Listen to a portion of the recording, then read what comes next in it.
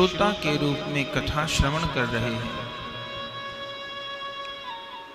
श्री शौनक जी महाराज प्रश्न करते हैं सूत जी से कि महाराज, आपने सुखदेव जी की वंदना करते हुए यम प्रवर्जंत मनुपेतमपेत कृत्यम द्वैपायनो विरह कातर आजुहाव पुत्रेति तन्मयतया तरवोभिनेदुस् तम सर्वभूत हृदयं मुनिमानतोस्मि। ऐसा कहा, अर्थात जो सुखदेव जी प्रकट होने के पश्चात एक मुहूर्त भी अपने माता पिता के पास नहीं रहे, तो फिर किस प्रकार सुखदेव जी को भागवत जी का ज्ञान प्राप्त हुआ और किस प्रकार वे परीक्षित जी को कथा सुना पाए। तब सूत जी महाराज शौनक जी को कहते हैं, हे शौनक जी महाराज, सुखदेव जी कोई सामान्य महात्मा नहीं है, तो कौन है? सुखदेव जी साक्षात श्री राधा कृष्ण के नित्य धाम श्री गोलोक के लीला शुक हैं। नित्य निकुंज मंदिर में जहां सब कुछ चिन्मय है, वहां के वृक्ष, लता, पता, पंछी, आभूषण, सिंहासन, कुंज, पात्र सब कुछ दिव्य हैं, जड़ कुछ भी नहीं है। क्योंकि भगवान के नाम और भगवान के स्वरूप में कोई अंतर नहीं है, इसी प्रकार भगवान के धाम और धामी में कोई अंतर नहीं है। तो सुखदेव जी नित्य निकुंज मंदिर के लीला शुक हैं, जिनसे राधा रानी श्याम सुंदर खेलते हैं। और वो क्या करते हैं? श्री निकुंज मंदिर के द्वार पर जो कदम्ब का वृक्ष है, उस कदम्ब के वृक्ष पर सुखदेव जी निवास करते हैं और निरंतर कृष्ण यश का गायन करते हैं। सुखदेव जी साक्षात राधा रानी के ही शिष्य हैं। श्री राधा रानी ने ही सुखदेव जी को कृष्ण नाम प्रदान किया है, कृष्ण मंत्र प्रदान किया है। बहुत लाडले हैं राधा रानी के। राधा रानी उनसे खेलती हैं। कभी कभी तो उड़ते उड़ते श्री जी के हस्त कमल पे जाके बैठ जाते हैं। तब राधा रानी उन शुक को अपने हाथों से अनार के दाने खिलाती हैं और कहती हैं, शुक कृष्ण कृष्ण बोल, शुक कृष्ण कृष्ण बोल, कृष्ण कृष्ण बोल, शुक कृष्ण कृष्ण बोल। तब सुखदेव जी खूब कृष्ण यश गाते हैं। कभी कभी वह सुखदेव उड़ते हुए श्याम सुंदर के हस्त कमल पर जाकर बैठ जाते हैं। तब श्याम सुंदर भी उनको बहुत प्यार करते हैं, अनार के दाने पवाते हैं, पुआ पवाते हैं और श्याम सुंदर सिखाते हैं, राधा राधा बोल, शुक राधा राधा बोल। मेरे कानों में अमृत घोल, राधा राधा बोल, शुक राधा राधा बोल। तो जुगल सरकार के प्रेम से परिपूरित हैं। और सेवा क्या है?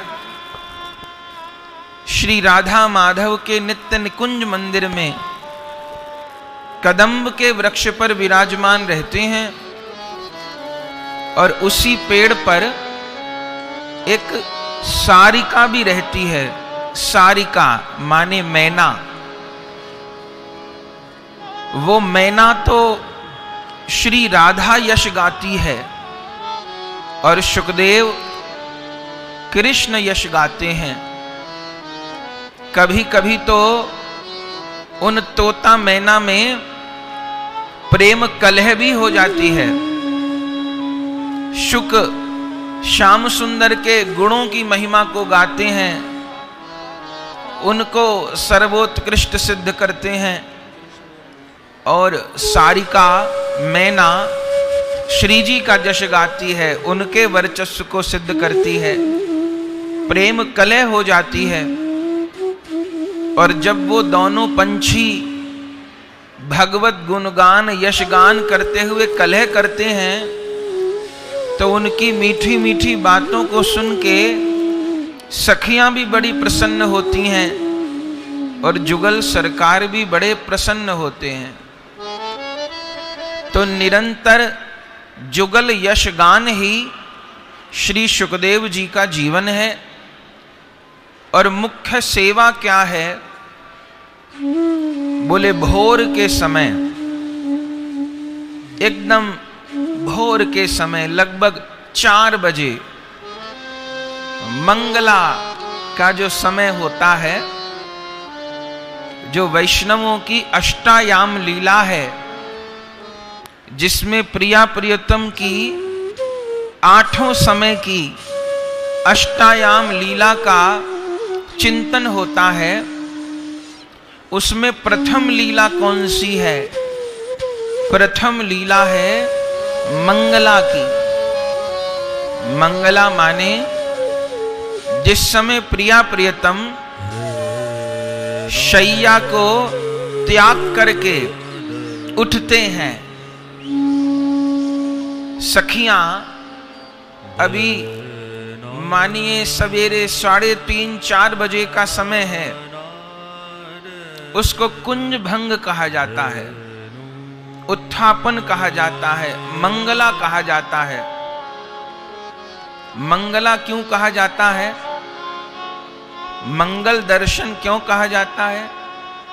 क्योंकि अभी दिन प्रारंभ हुआ है और अभी प्रारंभ होते ही अपने ठाकुर जी के मुख कमल का दर्शन कर लिए। तो प्रभु तो मंगल भवन अमंगल हारी हैं। उनका नाम मंगल है, उनका रूप मंगल है, उनका यश मंगल है, उनका धाम मंगल है और उनके प्यारे भक्त और संत मंगल हैं। तो प्रभु तो मंगल भवन अमंगल हारी हैं। तो सवेरे उनका दर्शन हो गया तो अब सारे दिन मंगल ही मंगल होना है। इसलिए वैष्णव प्रातः काल ठाकुर जी की मंगला की सेवा, मंगल भोग, मंगल आरती करते हैं। अष्टायाम की भावना मंगला से ही प्रारंभ होती है। तो उस मंगला के समय, जिस समय निकुंज मंदिर में श्यामा श्याम अभी पौढ़ रहे हैं, सो रहे हैं, उस समय लगभग 3:30 बजे सवेरे 4 बजे लगभग सखियां प्रिया प्रियतम को उठाने के लिए निकुंज मंदिर के द्वार पर जाती हैं। तब उस समय सुखदेव जी की मुख्य सेवा है। उस समय सुखदेव जी कदम्ब की डार पर बैठकर भैरव राग में आलाप लेते हैं भैरव राग में। रागों के भी अपने समय है।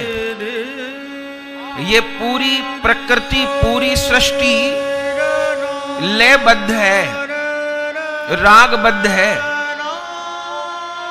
नदियां बहती हैं, उनका भी एक स्वर है।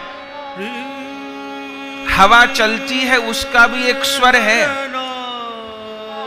आज वैज्ञानिक भी कहते हैं कि जैसे जैसे सूर्य मंडल के निकट जाएं अंतरिक्ष में, तो नासा के वैज्ञानिकों का कहना है कि सूर्य मंडल के पास जैसे जैसे जाते हैं तो सूर्य की ओर से एक ध्वनि आती है,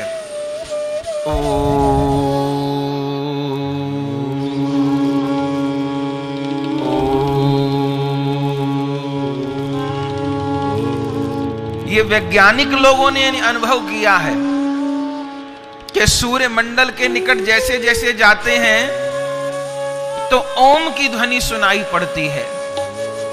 ये सृष्टि लयबद्ध है। तो प्रातः काल का जो राग है वह भैरव है। अभी प्रिया प्रियतम उठे नहीं हैं, अभी शैया पे हैं।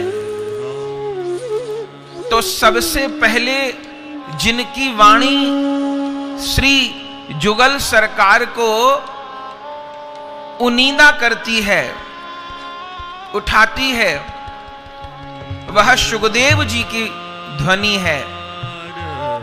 सुखदेव जी जब भैरव राग में गायन प्रारंभ करते हैं, अलाप प्रारंभ करते हैं, तब सारी सखियां भी सचेत हो जाती हैं और अष्ट सखी गण की अपनी अपनी सेवा है। उन अष्ट सखियों में जो प्रधान सखी हैं श्री ललिता जी, वे ललिता जी तो वीणा वादन में और भैरव राग गायन में परम सिद्ध हैं। सुखदेव जी पुकार करते हैं और फिर श्री ललिता जी वीणा के द्वारा भैरव राग गायन करती हैं और प्रिया प्रियतम को उनींदा करती हैं। आइए इसी भावना से हम चित्त को जोड़ें।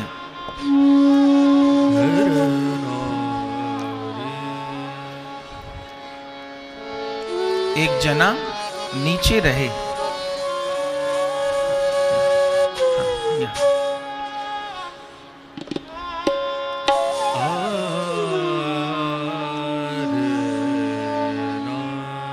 तो सुखदेव जी की प्रधान सेवा है। श्री सूत जी महाराज सुखदेव जी के स्वरूप का वर्णन कर रहे हैं। हम भी अपने मन को वहीं लेकर के चलें।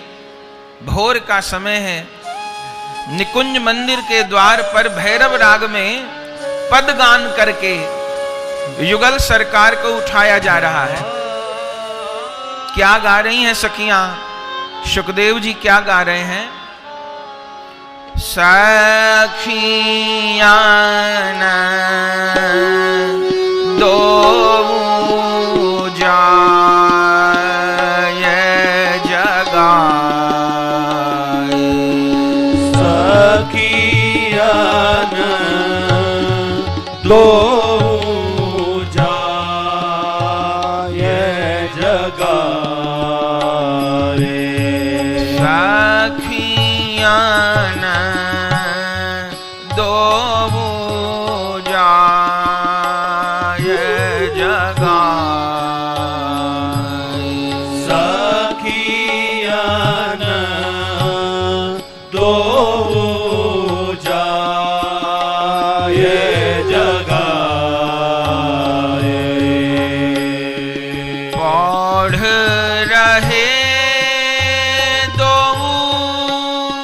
सुख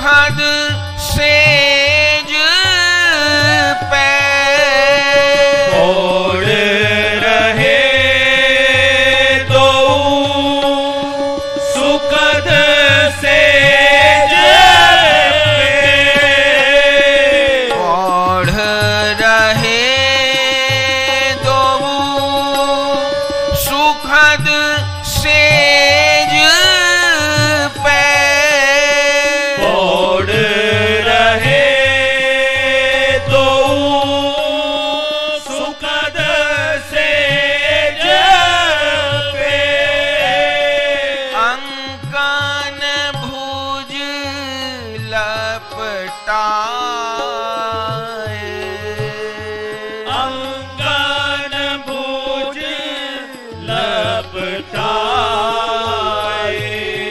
सखियाँ न दो जाए जगाए, सखियाँ न दो जाए जगाए, सखियाँ न दो जाए जगाए, सखियाँ न दो जाए जगाए,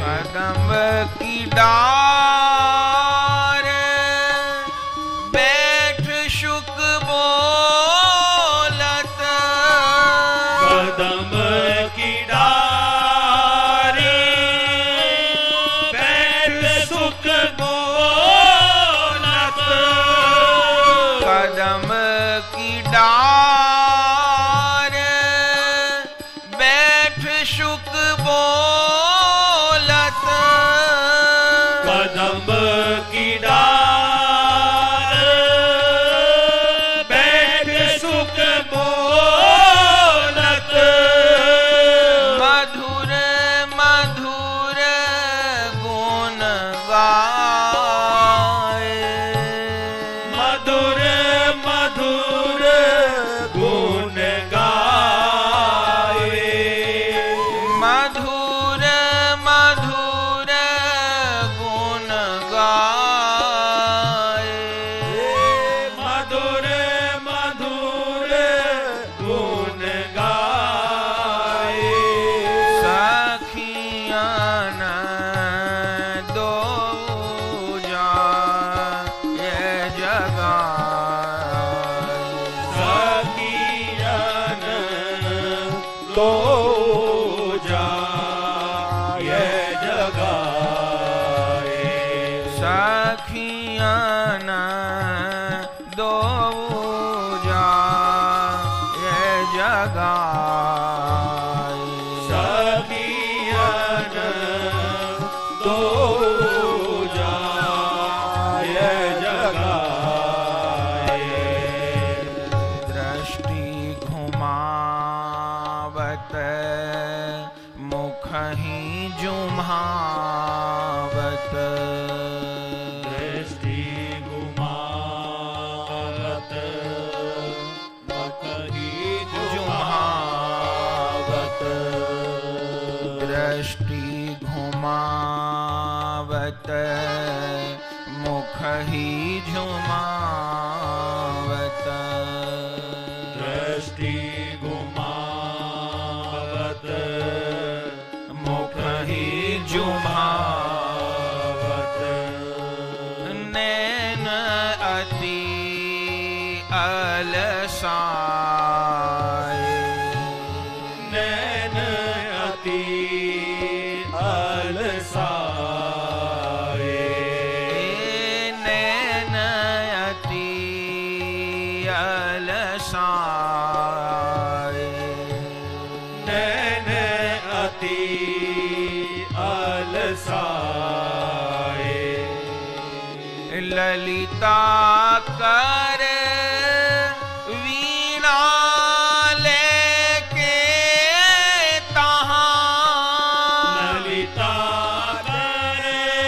कर बीना लेता, ललिता कर वीणा लेके तहाँ, ललिता कर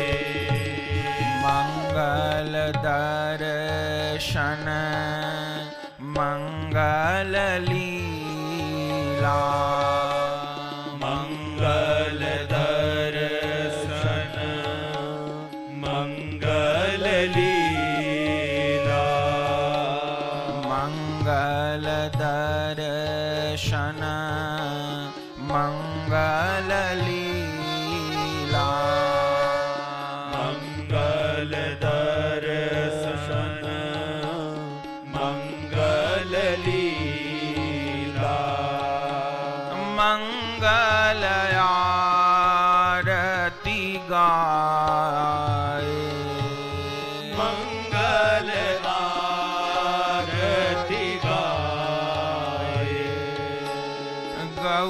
गौरदास मोरे प्राण जीवन धन गौरदास मोरे प्राण जीवन धन गौरदास मोरे प्राण जीवन धन गौरदास मोरे प्राण जीवन धन बार बार बलि जाए बार बार बलि जाए बार बार बलि जाए बार बार बलि जाए सखियन दो जा जय जगाए सखियन दो जाय जगाए सखियन दो जाय जगाए सखियन दो जाय जगाए जाय जगा जाय जगाए जाय जगा जाय जगाए जाय जगा जाय जगाए तो प्रिया प्रियतम को सवेरे उत्थापन कराने की सुखदेव जी की प्रधान सेवा है। सुखदेव जी के मुख की मधुर वाणी ही श्री जुगल सरकार के कानों में पहुंचती है और तब प्रिया प्रियतम उनींदे होते हैं, मंगला की सेवा होती है, आरती होती है। तो बहुत लाडले हैं, निकुंज मंदिर में ही रहते हैं।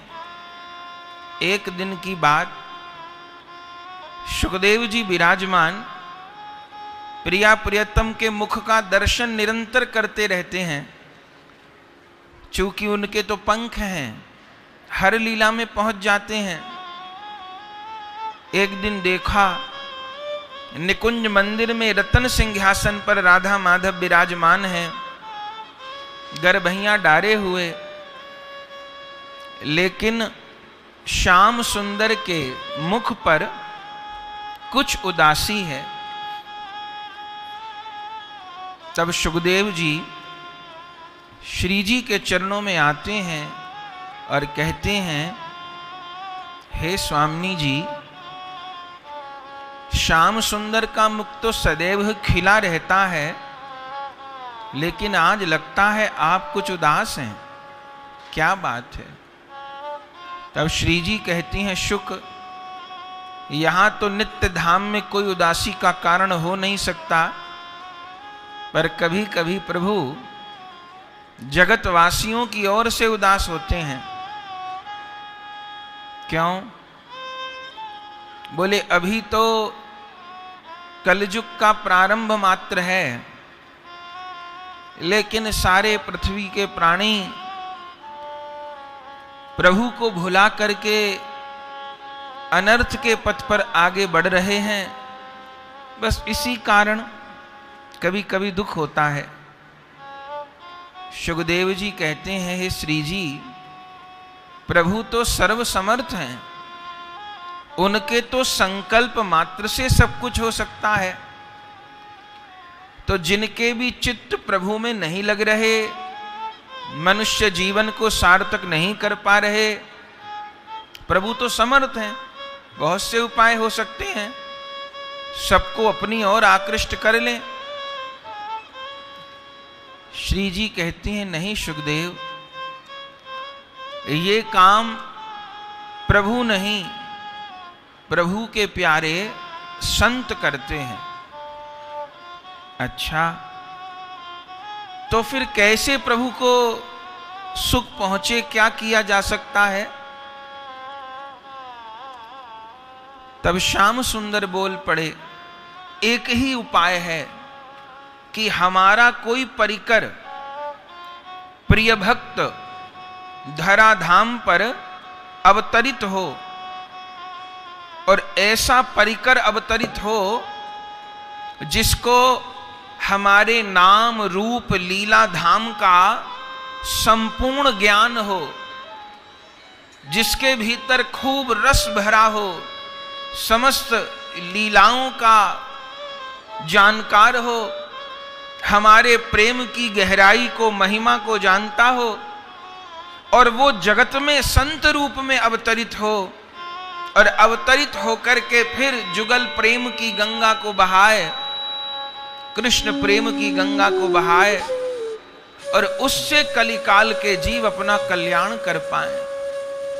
तो सुखदेव जी ने कहा, प्रभु ऐसा कौन है? तब ठाकुर जी ने कहा, सुखदेव ऐसे तो तुम ही हो, चूंकि निरंतर युगल यश गाया करते हो, निरंतर। ये सुन के तो सुखदेव जी बड़े असमंजस में पड़ गए, घबरा गए। प्रभु मुझे आप अपने से दूर करना क्यों चाहते हैं? तब प्रभु ने कहा, अपने से दूर नहीं करना चाहते, हम चाहते हैं तुम्हारे द्वारा अब भागवत धर्म धरा पर प्रकट हो, और जो हमारे विषय में जानता है वही बता पाएगा, नहीं तो कैसे? जिसके पास जो होगा वो वही देगा, जिसके पास जो नहीं है वो नहीं दे सकता। तो सुखदेव ऐसे तुम हो। सुखदेव जी नहीं जाना चाहते थे, वो तो तोते के रूप में वहीं निकुंज मंदिर में रहते हैं, नहीं जाना चाहते थे, रोने लगे। पर आखिर में प्रभु ने ये कहा कि इसमें ही हमारा सुख है कि तुम धरा पर अवतार लो। जब सुखदेव जी ये सुने कि इसमें प्रभु का सुख है, तब राजी हो गए। अरे सब कुछ तो प्रभु के सुख के लिए है।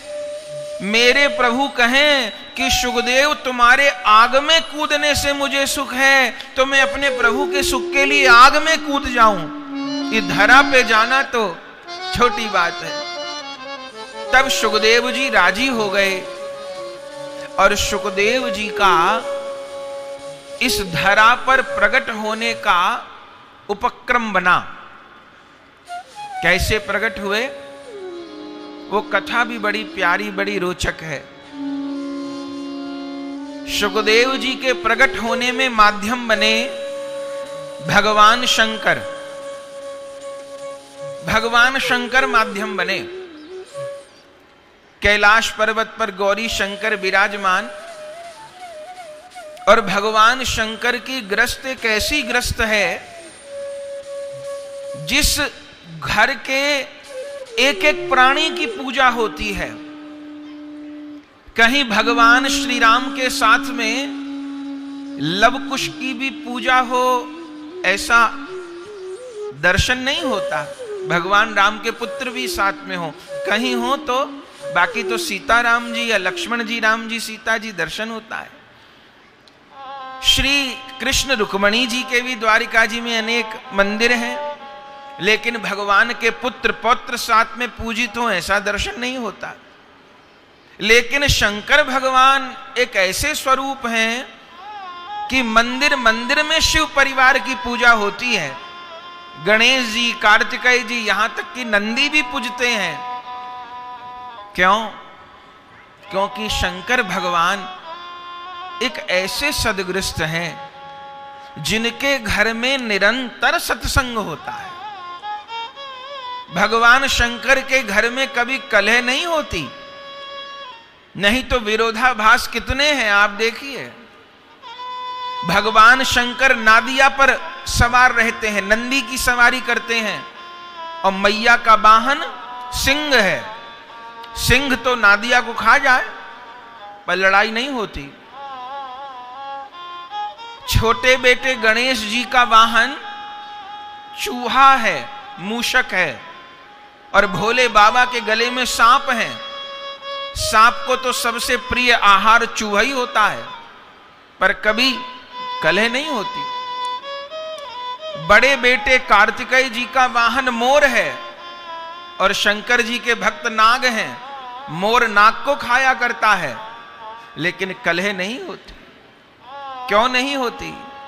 क्योंकि भगवान शंकर की गृहस्थी में निरंतर सत्संग है, और सत्संग है, और सत्संग है, कोई और बात नहीं है।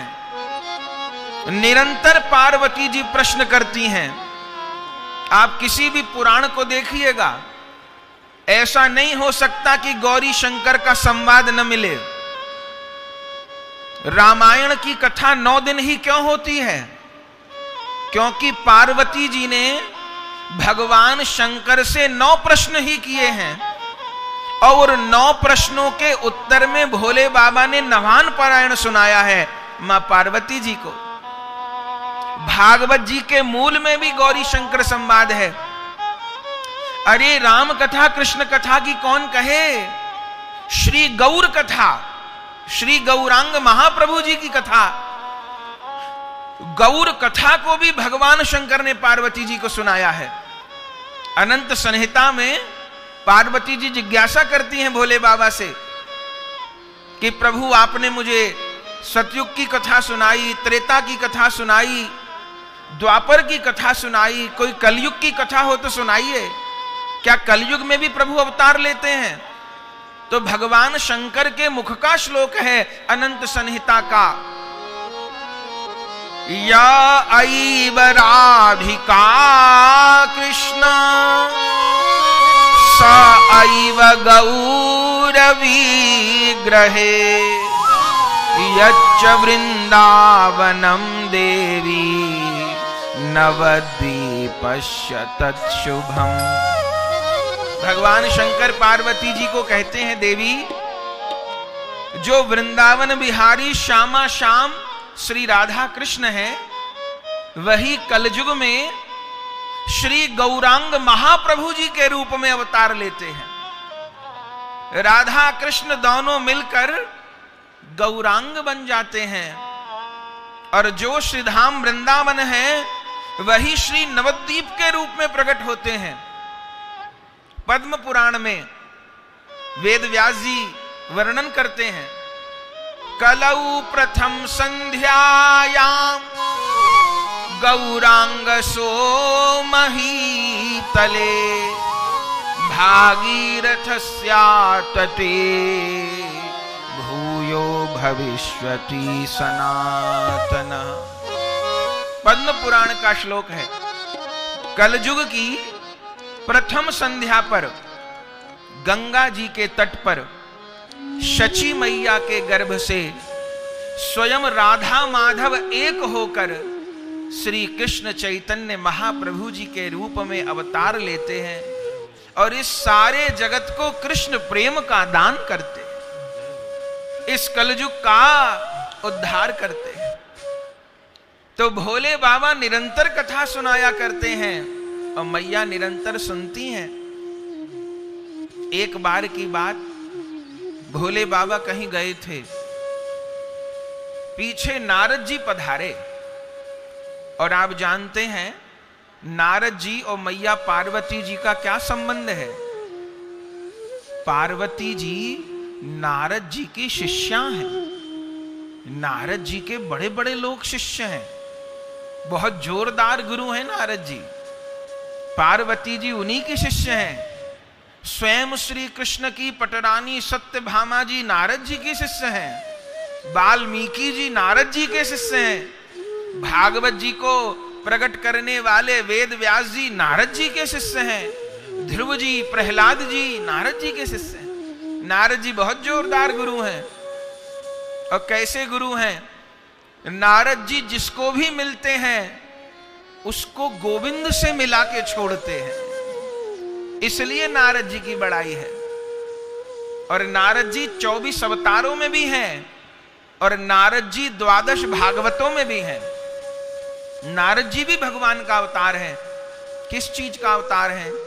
भगवान के मन का अवतार है नारद जी। इसलिए प्रभु को जब कोई लीला करनी होती है ना तो नारद जी को भेज देते हैं। अब शुकदेव जी का अवतार होना है तो प्रभु नारद जी को प्रेरणा किए होंगे। और नारद जी एक दिन पहुंच गए नारायण नारायण कहते हुए। पार्वती जी थी, भोले बाबा नहीं थे। तुरंत पार्वती जी उठी, प्रणाम किया, गुरु जी को आसन पे बिठाया। नारद जी ने कहा, देवी सब कुशल तो है? बोले आपकी बड़ी कृपा, आपकी कृपा से अब मुझे शिव के चरण मिल गए, अब तो बस सुख ही सुख है, मैं धन्य हो गई। कोई अभाव तो नहीं, कोई कष्ट तो नहीं? नहीं नहीं गुरुदेव, आनंद है। अच्छा शंकर भगवान तुमको प्रेम तो करते हैं ना?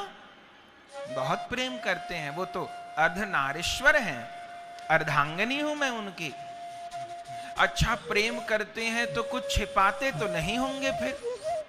क्योंकि प्रेम का तो नियम है, जहां प्रेम पर्दा नहीं और जहां पर्दा नहीं प्रीत, और प्रीत करे पर्दा करे तो तुलसी यह अनीत। प्रेम तो पर्दा नहीं और पर्दा है तो प्रेम नहीं, तो कुछ छिपाते तो नहीं होंगे शंकर भगवान? बोले नहीं नहीं, छिपाते तो कुछ नहीं। अच्छा तो ये तुमको कभी बताया कि भोले बाबा के गले में जो मुंडों की माला है, सिरों की जो माला है, उसमें किसके सिर लगे हैं? पार्वती जी ने कहा, गुरु जी ये तो कभी नहीं बताया और मैंने पूछा भी नहीं। नारद जी कहें, फिर काहे का प्रेम? जब इतनी बड़ी बात ही नहीं बताई, जिस माला को गले में डांगे रहते हैं, ये नहीं बताए सिर किसके हैं? ठीक है, नारायण नारायण कहते नारद जी तो आ गए। और संध्या समय जब भोले बाबा पहुंचे, देखे मैया पार्वती का तो मुख कुछ बना हुआ है। शंकर जी पहुंचे तो अब मुख देख के तो पता चल जाता है। पार्वती जी से कहे, देवी सब कुशल तो है? हाँ हाँ प्रभु सब कुशल है। अरे कोई बात हुई क्या? नहीं नहीं बस देख लिया, सबको देख लिया। अरे क्या देख लिया तुमने? अरे प्रभु बस कुछ नहीं कहना, देख लिया सब कुछ में। अरे बताओ तो सही। बोले प्रभु आप मुझसे निष्कपट प्रेम नहीं करते। अरे क्या हमारे प्रेम में कमी रह गई? बोले प्रभु आप बात छिपाते हो। क्या बात छिपाई हमने? आपने कभी ये नहीं बताया कि आपके गले में ये जो मुंडों की माला है, इसमें किसके सिर लगे हैं? शंकर जी कहते हैं, पार्वती जी क्या नारद जी आए थे? पार्वती जी कहती हैं, प्रभु लो मैं तो कुछ पूछ रही हूं, आप कुछ पूछ रहे हो। मैं पूछ रही हूं गले में सिर किसके हैं, आप कहते हो नारद जी आए कि नहीं आए। गुरु जी आए या नहीं आए वो तो दूसरी बात है, पर आप ये बताइए कि इस माला में सिर किसके हैं? शंकर जी जान गए, आज तो लगता है नारद जी की मुझ पे कृपा हो गई। पार्वती जी को कहा, देवी क्या करोगी जान के? नहीं बताना होगा। अरे सुन के तुमको दुख होगा। नहीं नहीं बताना होगा। तो सुनो फिर। सुनो देवी मस्तक अधिकांश यामे आपके हैं।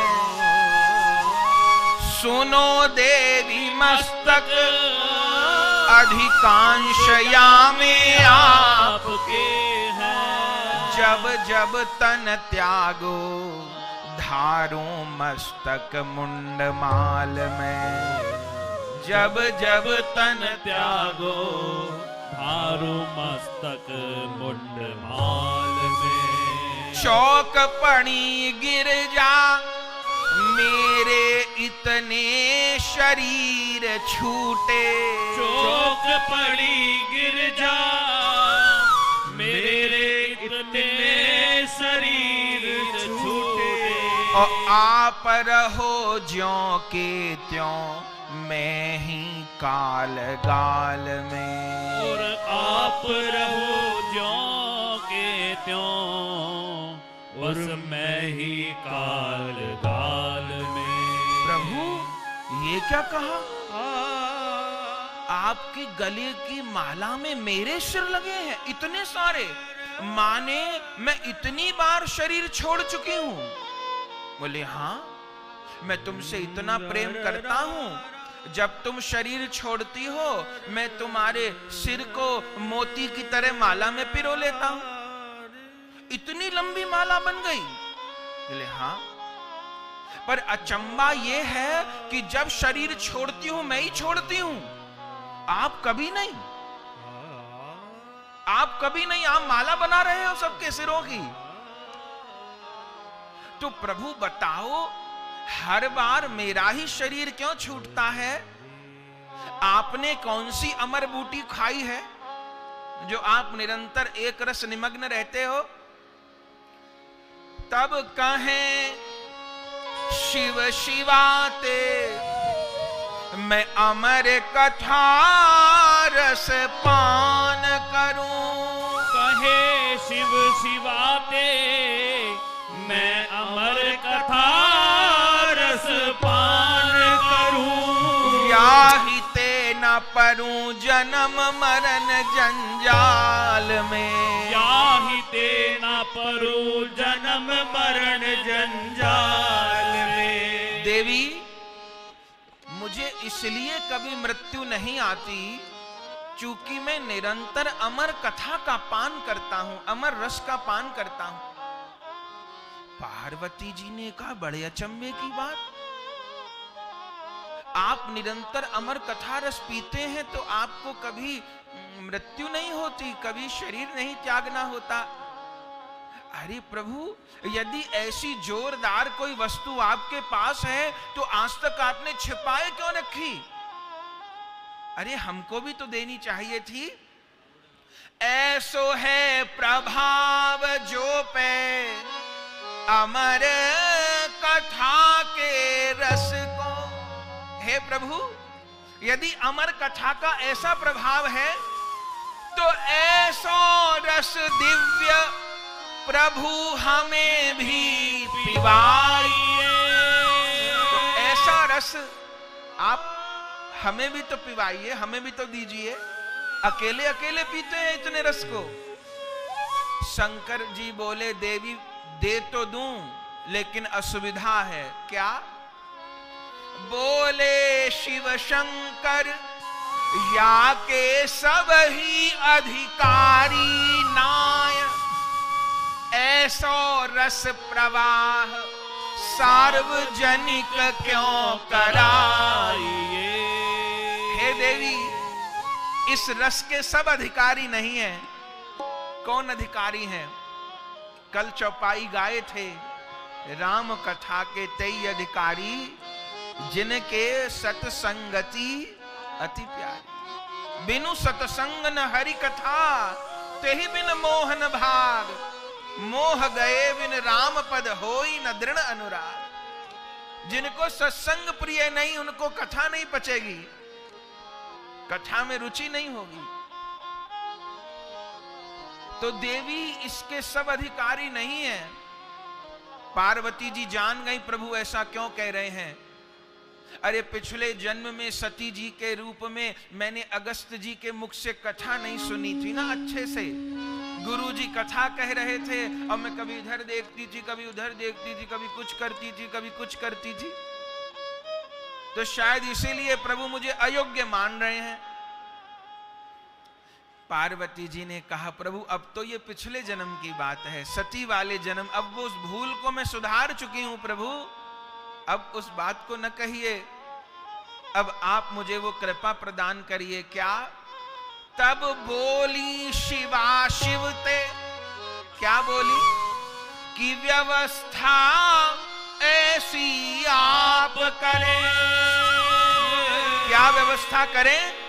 कि अन्य कोई सुने ना, मैं सुनूं आप गाइए।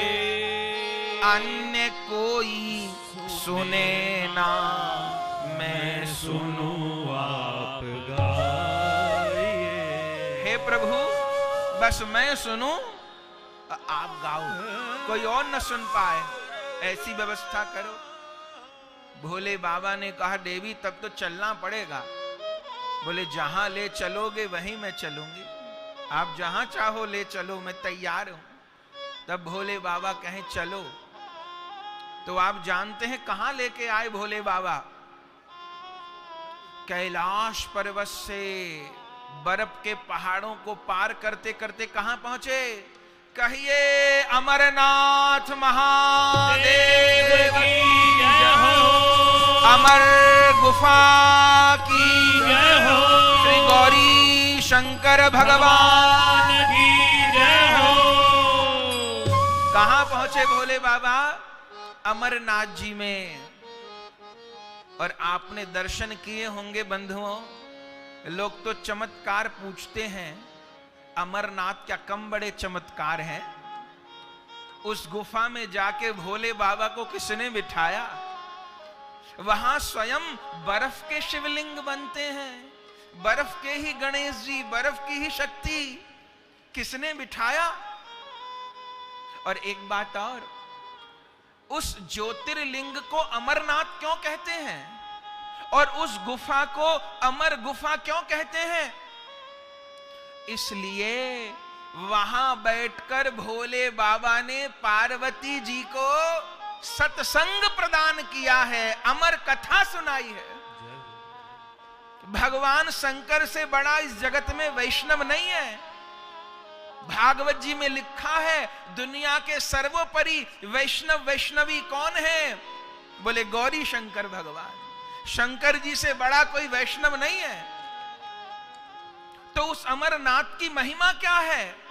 उस अमरनाथ की महिमा यही है, वहां गौरी शंकर भगवान सत्संग किए हैं, कथा करी है भोले बाबा ने। और एक बात और, अमर कथा क्या है? देखिए, अमर कथा कोई अजूबा नहीं भैया, भागवत जी की कथा ही अमर कथा है, कृष्ण कथा ही अमर कथा है, राम कथा ही अमर कथा है, गौर कथा ही अमर कथा है। और कथा सुन के अमर हो जाते हैं, इसका अर्थ क्या है? देखिए, इस शरीर को अमर करके क्या मिलेगा? कोई व्यक्ति हमको कहे कि तुमको 100 साल तक अब यही कपड़े पहनने हैं, बदलने नहीं है कपड़े, तो आप इसको कृपा मानेंगे कि दंड मानेंगे? कि 100 साल तक यही कपड़ा पहने, ये काहे की कृपा साहब? अरे बढ़िया तो ये है कि कपड़ा पुराना हो गया, मैला हो गया, उतार दिए, साफ नया वस्त्र पहन लिए, और ये कहा जाए अब तुमको 100 साल तक यही कपड़े पहनने हैं, तो अच्छी बात नहीं। तो अमर कथा सुन के अमर हो जाते, अर्थ क्या? ये शरीर अमर थोड़े होते हैं। अमर कथा सुन के अमर हो जाते हैं माने राधा गोविंद के अमर पद कमल की प्राप्ति हो जाती है, उस धाम की प्राप्ति हो जाती है जहां जाके फिर इस मृत्यु लोक में आना नहीं पड़ता है, आवागमन के चक्र में चक्कर लगाना नहीं पड़ता है।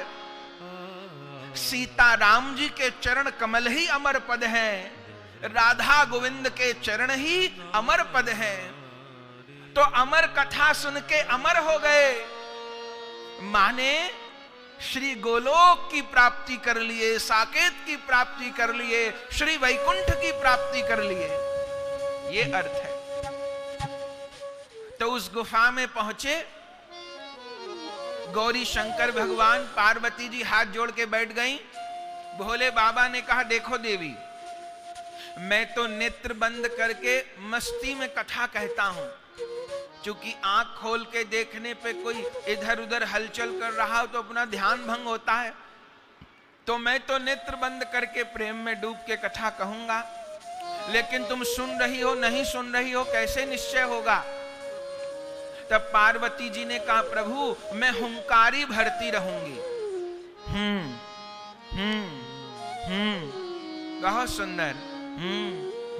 ऐसे ठीक है, तो तुम हुंकारी भरना, मैं कथा सुनाऊंगा। और देखो चारों ओर और कोई तो नहीं है। तब भोले बाबा, ऐसे तो वहां था कौन, बर्फ का पहाड़ था। भोले बाबा डमरू बजाए तो जो कोई जीव थे वो और उड़ गए। लेकिन वहां जो वट का वृक्ष था, उस वट के वृक्ष पर तोता मैना का जोड़ा रहता था। और मैना ने अभी अभी एक अंडे को प्रसव किया था, अंडा दिया था। जब भोले बाबा डमरू बजाए तो तोता मैना तो उड़ गए, लेकिन वो अंडा कैसे उड़ता? वो अंडा वहीं पेड़ पर घोंसले में रह गया। भोले बाबा को खबर नहीं उस अंडे के भीतर कौन है। अरे उस अंडे के भीतर इस भागवत जी को गाने वाले श्री सुखदेव जी महाराज बैठे। तो वो तो पेड़ पर उस अंडज के रूप में विराजमान, भोले बाबा को खबर नहीं। अब भोले बाबा कथा सुनानी प्रारंभ किए। श्रीमन नारायण दास जी ने गाया, भोले बाबा कथा सुना रहे। कैसे? कहते अमर कथा शिव शंकर भोले दानी, ओंकारी भरे मैया पार्वती। कहते अमर कथा शिव शंकर भोले दानी, ओंकारी भरे मैया पार्वती। कहते अमर कथा शिव शंकर भोले दानी, ओंकारी भरे मैया पार्वती।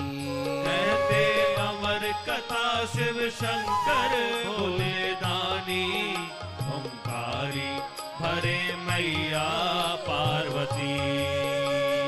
अमरनाथ के शिखर एक वट वृक्ष विशाल पुरानो। अमरनाथ के शिखर में एक वट वृक्ष विशाल पुरानो। शिव विश्राम विटप जिहि कहि के वेद पुराण बखानो। शिव विश्राम विटप जिहि कहि के वेद पुराण बखानो।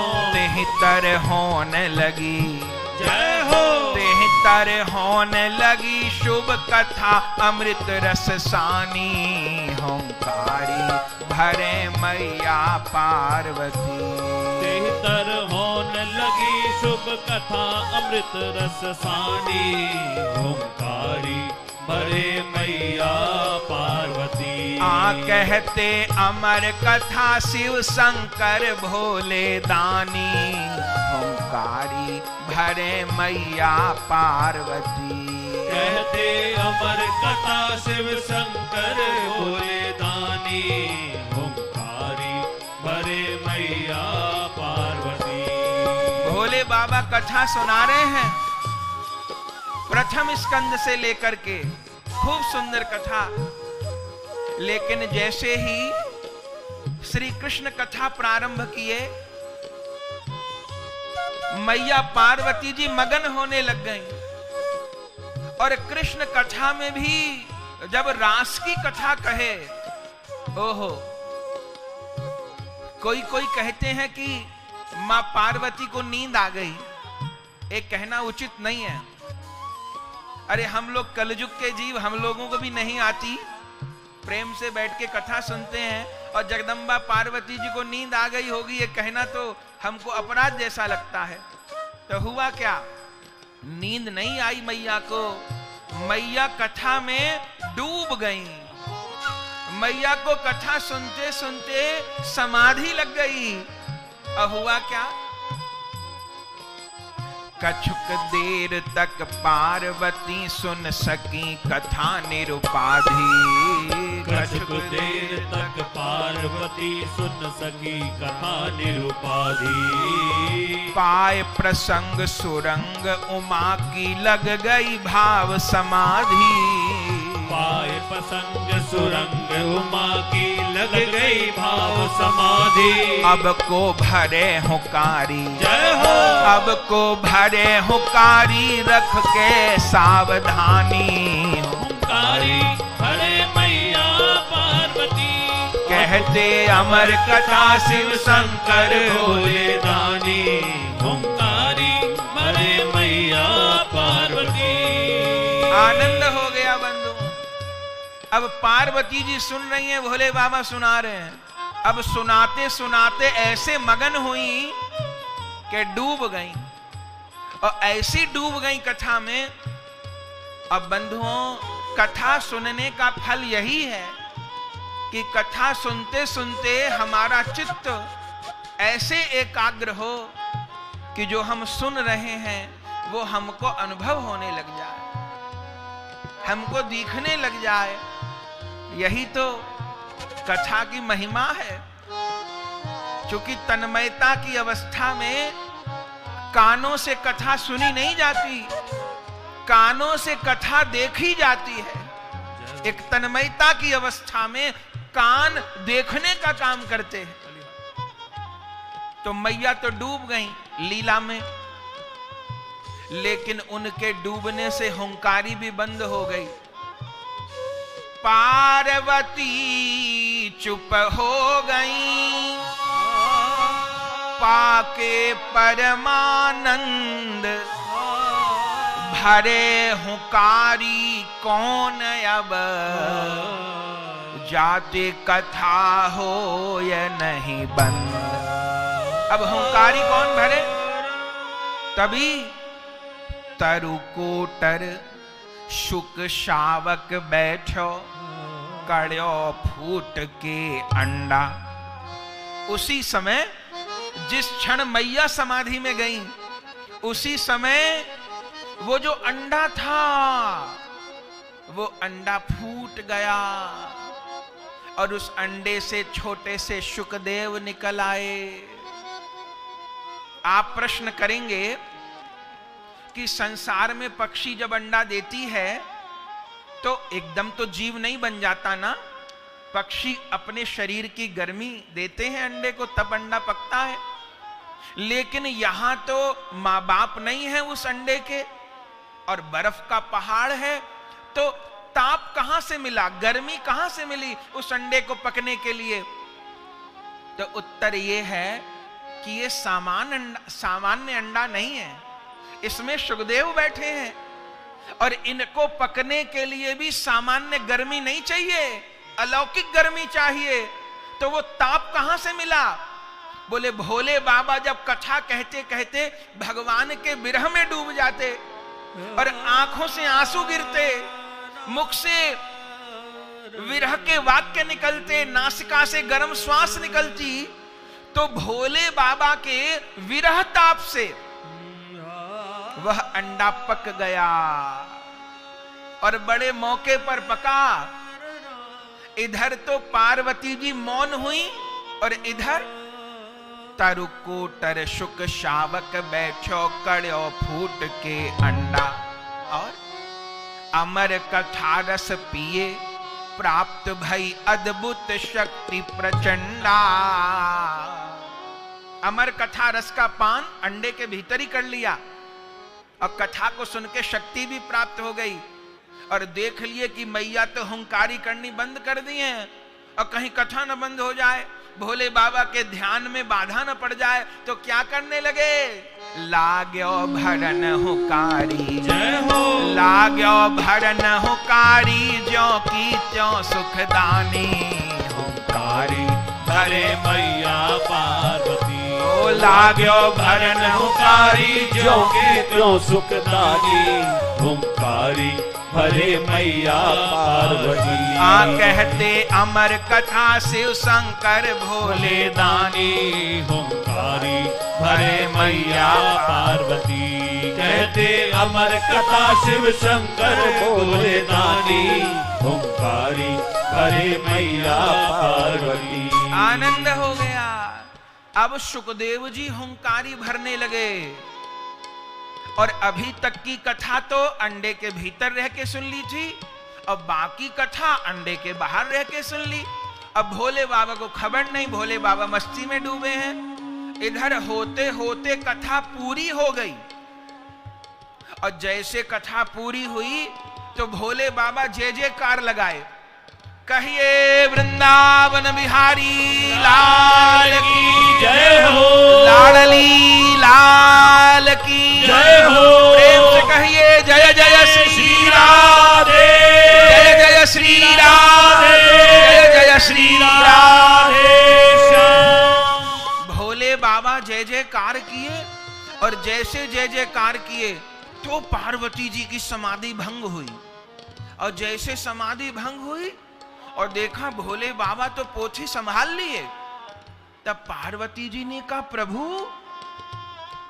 भाव समाधि खुलते माता गिरजा शिव से बोली। पार्वती जी भोले बाबा से बोली, क्या बोली? क्षमा करें प्रभु, मैं कुछ क्षण तक कथा से वंचित होली। प्रभु, मैं थोड़ी देर के लिए कथा से वंचित हो गई। वंचित हो गई? अरे अभी तो थोड़ी देर पहले आप ये कह रहे थे ना कि राधा माधव यमुना तट पर रास कर रहे हैं। वो रास करते करते विश्राम कैसे हो गया? शंकर जी ने कहा देवी, रास की कथा कहे तो बहुत समय हो गया मुझे, अब तो विश्राम हो गया और तुम वहीं अटकी हो अभी तक। बोले प्रभु, अटकने वाली जगह अटकी हूं, रास में चित्त अटके तो धन्यता की बात है। बोले वो तो ठीक है, तो तुम क्या कथा नहीं सुन रही थी?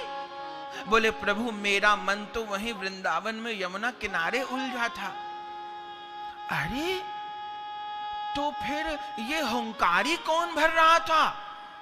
फिर को भरे हुंकारी ज्यों की त्यों सुखदानी। भोले बाबा ने कहा देवी, तुम्हारे अलावा, मेरे अलावा कोई और भी है क्या? पार्वती चुप हो गई।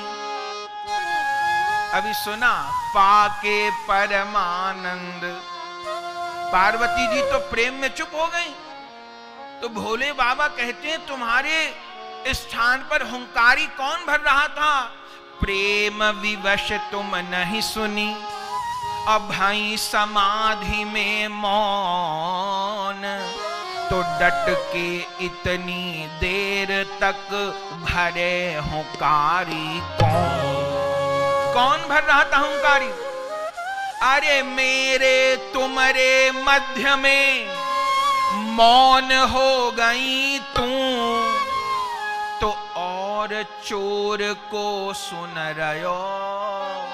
और कौन चोर सुन रहा है? इतने में तोता बोलो हूं। और चोर कौन सुन रहा है? अब सुखदेव जी ये समझे कि ये भी कथा ही हो रही है। तो अब भोले बाबा तो मैया से बात कर रहे हैं, सुखदेव जी समझे ये भी कथा ही हो रही है। और सुखदेव जी फिर बीच में हूं कह दिए।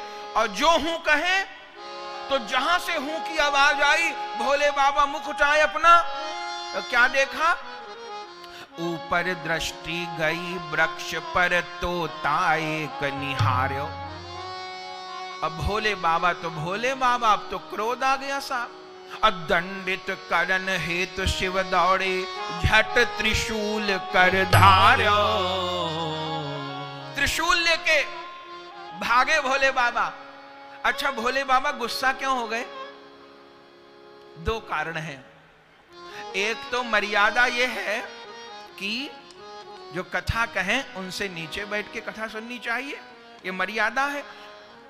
लेकिन सुखदेव जी नीचे तो कौन कहे, वो तो गुरु जी के भी सिर पे बैठ के कथा सुन रहे हैं, पेड़ पर बैठे हैं, भले मजबूरी है। और दूसरा, शंकर जी को जानकारी नहीं है कि वो कथा सुन रहे हैं। अब भोले बाबा तो जगत गुरु हैं, वो मर्यादा नहीं सिखाएंगे तो कौन सिखाएगा? और इतनी बात पर भोले बाबा थोड़ा नाराज हो गए और त्रिशूल लेके दौड़ने लगे। और इधर तो भोले बाबा त्रिशूल संभाले, इधर सुखदेव जी भी सचेत थे और सुखदेव जी भी उड़े। कहां को उड़े? बोले अमरनाथ से बद्रीनाथ की तरफ को मुड़े। भागत भागत वेद व्यास जी के आश्रम तोता आयो। अब वो तो बद्र का आश्रम की तरफ उड़ रहे हैं और भोले बाबा पीछे पीछे गुस्से में। क्यों? याने चोरी चोरी, जय हो, याने चोरी चोरी कथा सुनी मन मानी। हुंकारी भरे मैया पार्वती, यह चोरी चोरी कथा सुनी मन मानी। हुंकारी भरे मैया पार्वती, कहते अमर कथा शिव शंकर भोले दानी। हुंकारी भरे मैया पार्वती। आनंद हो गया। अब भोले बाबा तो त्रिशूल लेके भागे और सुखदेव जी उड़े। अब पहुंच गए बद्रीनाथ। अब बद्रीनाथ में कौन रहते? बद्री भगवान तो है ही, आपने दर्शन किया होगा। बद्रीनाथ जी से शायद 7-8 किलोमीटर होगा माणा नामक स्थान है। माणा थोड़ा चढ़ के जाना होता है, ऑक्सीजन थोड़ी कम है। वहां व्यास गुफा है, बड़ी दिव्य गुफा है। आज भी दर्शन करिए तो लगता है नहीं व्यास जी यहीं बैठ के सारे पुराण लिखे होंगे। आप शिलाओं को देखिए तो शिला भी ऐसी लगती है जैसे पोथियां रखी हैं। और उसके पास में फिर गणेश गुफा है। व्यास जी बोलते जाते थे, गणेश जी लिखते जाते थे। और फिर पास में सरस्वती है। शायद इतनी बड़ी सरस्वती का कहीं दर्शन होता नहीं है जैसी सरस्वती नदी का वहां दर्शन होता है। तो वो व्यास जी का स्थान है।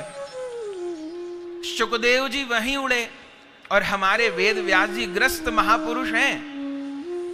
सवेरे का समय था। व्यास जी की धर्मपत्नी बिटका देवी जी स्नान करके अपने केस सुखा रही थीं खड़े होके पर्वत पे। और केस सुखाते सुखाते उनको जुम्हाई आई और उन्होंने जुम्हाई आई और बड़ा सा मुख खोला। इतनी देर में क्या हुआ? व्यास जी की पत्नी तो मुख खोली, जुम्हाई ली। इतनी देर में भागत भागत वेद व्यास के आश्रम तोता आयो और व्यास पत्नी के मुख मार्ग और गर्भाशय माए समायो। व्यास पत्नी के मुख मार्ग गर्भाशय माए समायो। जैसे व्यास जी की पत्नी ने मुख खोला, अब वो सुखदेव भागे तो आ ही रहे थे, वो तुरंत मुख में घुसे और रुके नहीं, तुरंत पेट में जाके बैठ गए। और पीछे पीछे व्यास कुटी पर, जय हो, पीछे व्यास कुटी पर शंकर पहुंचे आनी। हुंकारी भरे मैया पार्वती, पीछे व्यास कुटी पर शंकर पहुंचे आनी। हुंकारी भरे मैया पार्वती। अब पीछे व्यास कुटी पर शंकर जी पहुंचे। व्यास जी सब कुछ देख रहे थे, कौन तोता उड़ के आया, कैसे मेरी पत्नी के पेट में चला गया। और थोड़ी देर बाद शंकर पधारे। अरे वेद व्यास जी देख के आनंदित हो गए, तुरंत जल लेकर भागे और भोले बाबा के चरण धुलाना चाहते हैं, सम्मान करना, आसन देना चाहते हैं। मेरे बड़े भाग जो मुझे शंकर के दरवाजे पर दर्शन हो रहे हैं। दंडवत प्रणाम किए तो भोले बाबा बहुत गुस्से में। भोले बाबा वेद व्यास जी से क्या बोले? अरे वेद व्यास आतिथ्य तुम्हारो अब ही ना स्वीकार। ये सब मत करो, पैर धोना, ये माला पर, ये सब नहीं, अभी समय नहीं है। तो प्रभु आप पधारे हो, प्रणाम तो करेंगे कम से कम, जगत गुरु शंकर पधारे हैं। अरे मैं तुमसे चरण धुपाने नहीं आया। तो क्यों आए हैं आप? बोले चोर घुसा मेरा घर में, तेरे पहले वाको मारो। मेरा चोर तुम्हारे घर में घुसा है। वेद व्यास जी कहते कौन चोर? अरे वही इतना सा पंछी व्यास जी का हे भगवान, वो इतना सा पंछी चोर आपका, क्या चुरा लिया उसने? तब भोले बाबा ने कहा, बाने चोरी चोरी, जय हो। बाने चोरी चोरी कथा सुनी मन मानी, हुंकारी भरे मैया पार्वती, बाने चोरी चोरी कथा सुनी मन मानी, हुंकारी भरे मैया पार्वती। अरे उसने चोरी चोरी कथा सुनी है, सारी बात बता दी। वेद व्यास जी ने कहा, प्रभु तो कोई बात नहीं, अभी वो जीव मेरी पत्नी के मुख से उसके गर्भ में चला गया, भीतर चला गया, मैं रोकूंगा नहीं। आप ब्राह्मणी को भी मार दो तो उसके पेट में जो है वो भी मर जाएगा, लेकिन प्रभु ये दुनिया के लोग जो आपको भोले बाबा कहते हैं ना, गलत नहीं कहते, तो आप सही में भोले ही बाबा हो। बोले कैसे? बोले आपने कहा कि इसने अमर कथा सुन ली है, तो अगर अमर कथा सुन ली तो ये तो अमर हो गया, आप मारोगे कैसे? और दूसरी बात ये कि अगर ये अनअधिकारी होता, कथा का अधिकारी न होता, तो इतने बर्फ के पहाड़ पर कथा सुन कैसे लेता? और दूसरी बात ये भी तो सोचिए भोले बाबा, कोई पंछी आपसे तेज दौड़ सकता है क्या? आप त्रिशूल लेके पीछे दौड़ रहे हो और ये जरा सा तोता क्या आपको हरा देगा? आपसे तेज दौड़ लेगा, आपके त्रिशूल से दूर रह जाएगा? अरे जरूर इसको कोई बचा रहा है, तब तो बचा है। भोले बाबा ने कहा, व्यास जी बात तो ठीक कहते हो आप, सोच तो हम भी रहे थे, ये हमको कैसे हरा देगा? तो फिर पहले आप सोचिए ये कौन है? आपकी वाणी का प्रसाद जिसको मिला है वो सामान्य नहीं हो सकता। तब भोले बाबा कहे ठीक है। तब भोले बाबा नेत्र बंद करके सोचने लगे, ये कौन है? ये पिछले जन्म में कौन है? इसका जन्म क्यों हुआ? ये क्यों आया? सोचने लगे। और जैसे नेत्र बंद करके सोचे ये कौन है, पिछले जन्म में कौन था, उससे पिछले कौन था, तो क्या देखे? अंतर्मुख है भोले बाबा, ध्यान भली विध लाए। जब अंतर्मुख होके ध्यान लगाए तो क्या देखा? अरे गोलोक धाम को लीला शुक प्रभु भूतल माए पठाए। गोलोक धाम को लीला शुक प्रभु भूतल माए पठाए। जैसे नेत्र बंद करके देखा तो क्या देखा? अरे राधा माधव इस तोते से निकुंज में खेल रहे हैं। कभी राधा रानी सिर पे हाथ फेरती हैं, कभी श्याम सुंदर, दोनों खेल रहे हैं। अरे ये तो राधा रानी का लालित पालित सुख है। देता मार इसे तो हो जाती बड़हानी। अगर कहीं इसको मार देता तो ये तो बहुत अपराध मुझसे हो जाता। ये तो मेरे इष्ट देव श्यामा श्याम का लाडला है, और जो मेरे ठाकुर का लाडला है वो मेरा लाडला है। अब परिणाम क्या हुआ? परिणाम ये हुआ कि जो शंकर मारने आए थे वो व्यास जी की पत्नी के गर्भ को प्रणाम करके आशीर्वाद देके लौट गए। आए थे मारने के लिए और आशीर्वाद और दे गए। क्या? कि हे शुक, तुमने जो कुछ सुना है वो सब तुमको कंठस्थ रहे, हृदयस्थ रहे, सब कथा तुम्हारे हृदय में विराजमान रहे। भोले बाबा तो चले गए, लेकिन उसी दिन से वेद व्यास जी को पुत्र प्राप्ति की आशा लग गई। क्यों? व्यास जी के कोई पुत्र नहीं था। मन में सोचते थे मुझे सामान्य पुत्र नहीं चाहिए, संतान हो तो ऐसी हो जो भगवान की भक्त हो, भगवान की परिकर हो। हम लोग कल भी सुने भाई बहनों, हमारा संतान के प्रति क्या कर्तव्य है। हमारे सदग्रंथ कहते हैं माँ बाप का संतान के प्रति कर्तव्य है कि हम उनको ऐसी शिक्षा दें कि इस बार तो उन संतान का हमारे शरीर से जन्म हुआ, पर आगे कभी किसी माँ बाप के द्वारा उनका जन्म न हो। न तो 2 पैर वाले माँ बाप के द्वारा, न 4 पैर वाले माँ बाप के द्वारा, किसी माँ के द्वारा अब उनका जन्म न हो। हम ऐसा अपनी संतान को ज्ञान दें, ये आखिरी जन्म हो, वे अपना भी कल्याण करें, अपने माँ बाप का भी कल्याण करें।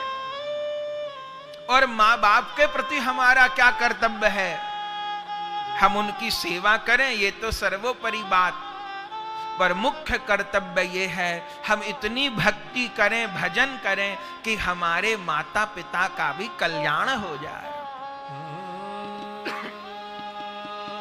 हमारे ग्रंथों का नियम है, हम जो कुछ भी करते हैं उसमें एक अंश हमारे माँ बाप को प्राप्त होता है। अपने यहां तो विधि है, ठाकुर जी को प्रणाम करते हैं तो मन मन में क्या बोल के प्रणाम करते हैं, श्री राधा माधव जुगल सरकार, श्री निताई गौरांग देव के चरण कमलों में मेरा प्रणाम, मेरे माता पिता का प्रणाम, मेरे गुरु महाराज का प्रणाम। ऐसे प्रणाम होता है।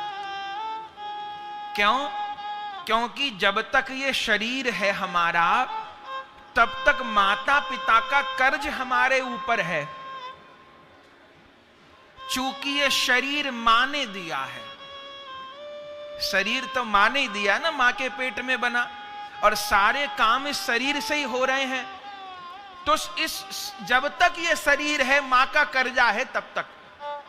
और देखिए, सन्यासी भी हो जाइए, जो लोग त्रिदंडी सन्यासी हो जाते हैं तो उनके फिर कोई पिता नहीं, कोई रिश्तेदार नहीं, उनका पिता भी सामने आए तो प्रणाम करने की जरूरत नहीं। लेकिन वहीं हमारे ग्रंथ कहते हैं कोई सन्यासी भी क्यों न हो जाए, पर जन्म देने वाली मां अगर सामने आए तो लेट के दंडवत करे।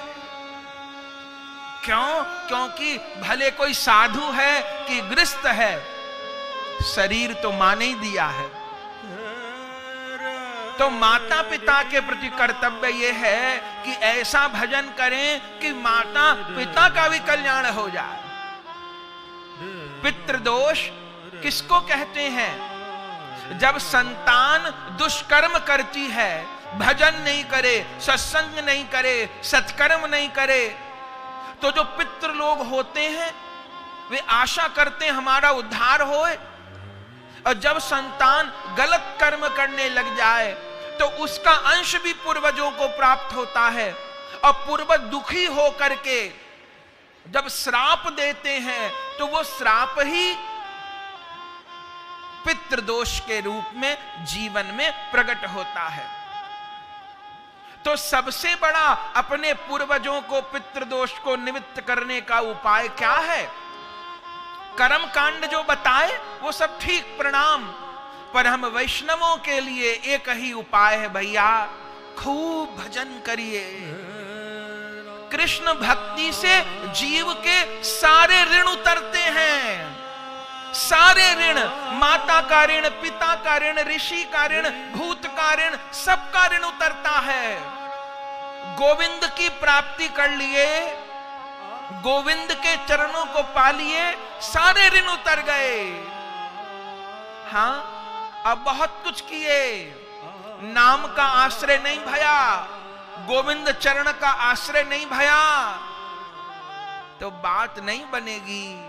फिर पुनरपि जननम पुनरपि मरणम पुनरपि जठरी जठरे शयनम, कर्जा उतारने के लिए बार बार जन्म लेना पड़ेगा।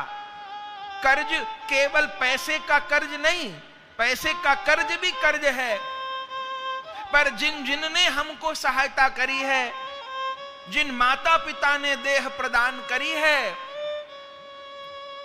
उनके उद्धार के लिए भी संतान को उपाय करना होगा। गोविंद भजन से सारे ऋण उतरते हैं।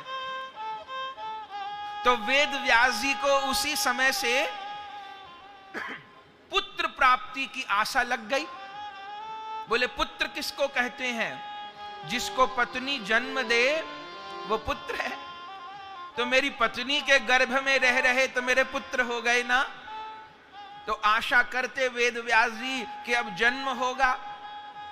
लेकिन हमारे सुखदेव जी तो मैया के पेट में ऐसे बैठे कि बाहर आने का नाम नहीं लें। बहुत शांति से बैठे। 2 महीना, 6 महीना, 10 महीना, साल, 2 साल, 5 साल, 10 साल बीत गए। हे भगवान, बाहर नहीं आते। श्री वेद व्यास जी किसी पुराण का पाठ करते हैं, भागवत जी के किसी श्लोक का पाठ करते हैं, मैया के पेट में बैठे हुए उन श्लोकों को सुखदेव जी भी दोहराते हैं। व्यास जी कहते हैं मेरे बेटा तुम मैया के पेट में बैठे बैठे पुराण पढ़ते रहोगे, बाहर नहीं आओगे क्या? सुखदेव जी कहते पिताजी मैं बाहर नहीं आऊंगा मां के पेट से। क्यों नहीं आओगे? पिताजी बाहर आने के बाद माया लग जाती है, जीव भगवान को भूल जाता है। बंधुओं, भागवत जी में गर्भ की दशाओं का वर्णन भी है। स्वयं कपिल भगवान ने किया है गर्भ की दशाओं का।